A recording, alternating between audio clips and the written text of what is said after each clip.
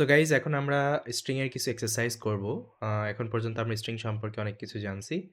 So let's try to solve these two problem statement. So the first problem statement is find the length of a given string without using the length function.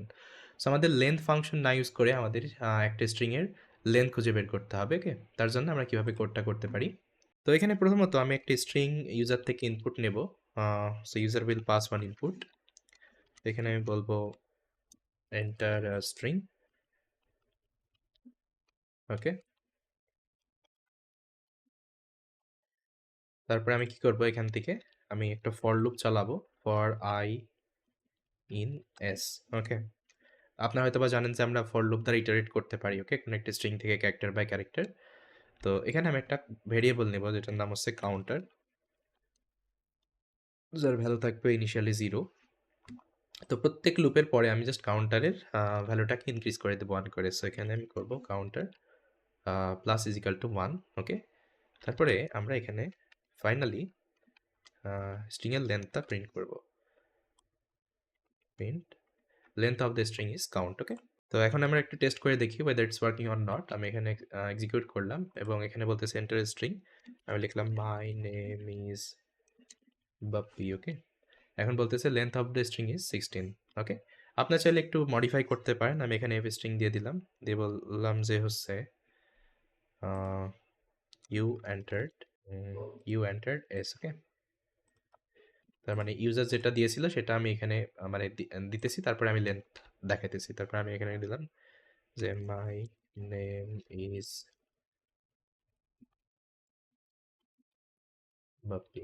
নাও বলতেছি you entered my name is Bappi, length of the string is 17, কারণ আমি এখানে একটা double space দিয়ে ফেলছি এজন্য। ওকে, তো এইভাবে কিন্তু আমরা এই প্রবলেম স্টেটমেন্টটা সলভ করতে পারি।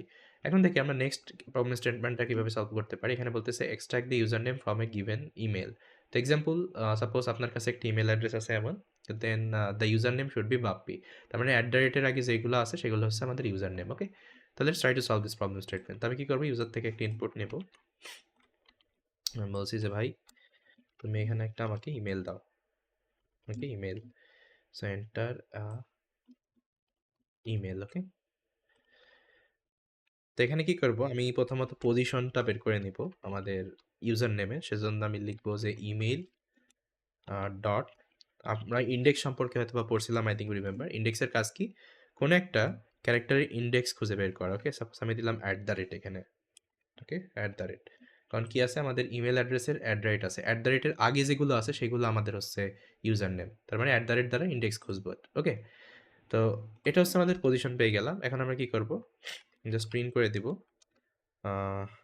ইমেল থেকে আমরা এক্সট্রাক্ট করব হচ্ছে 0 থেকে পজিশন পর্যন্ত। ওকে, তো এটাই হচ্ছে আমাদের ইউজার নেম। এখন আমি যদি এক্সিকিউট করি, এখানে দিলাম হচ্ছে বাপ্পি @gmail.com। এখন দেখেন শুধুমাত্র বাপ্পি আসতেছে। ওকে, কারণ আমি যদি একটু দেখাই, প্রিন্ট পজিশন। ওকে, প্রিন্ট পজিশন, এবং আমি যদি প্রিন্ট ইমেলও করি, print email. Okay, now let's execute. আমি দিলাম বাপ্পি @gmail.com।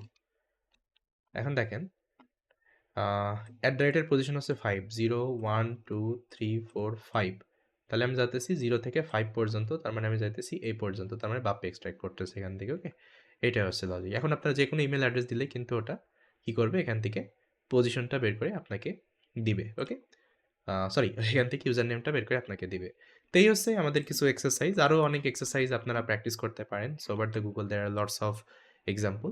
সো যত প্র্যাকটিস করবেন তত বিষয়গুলো ক্লিয়ার হবে। ওকে, তো এই হচ্ছে আমাদের স্ট্রিং এর কনসেপ্ট গাইস। সো ফার আমরা স্ট্রিং সম্পর্কে জানলাম। সো নেক্সট ভিডিও থেকে আমরা পাইথনের একটা অ্যামেজিং ডেটা টাইপ এবং ডেটা স্ট্রাকচার নিয়ে ডিসকাস করব, যেটা হচ্ছে লিস্ট। আমরা লিস্ট সম্পর্কে এর আগে দেখছি, লিস্ট আসলে কিভাবে ডিফাইন করে, বাট আমরা আরো ডিটেইলি লিস্টটা পড়বো। ওকে, থ্যাংক ইউ সো মাচ।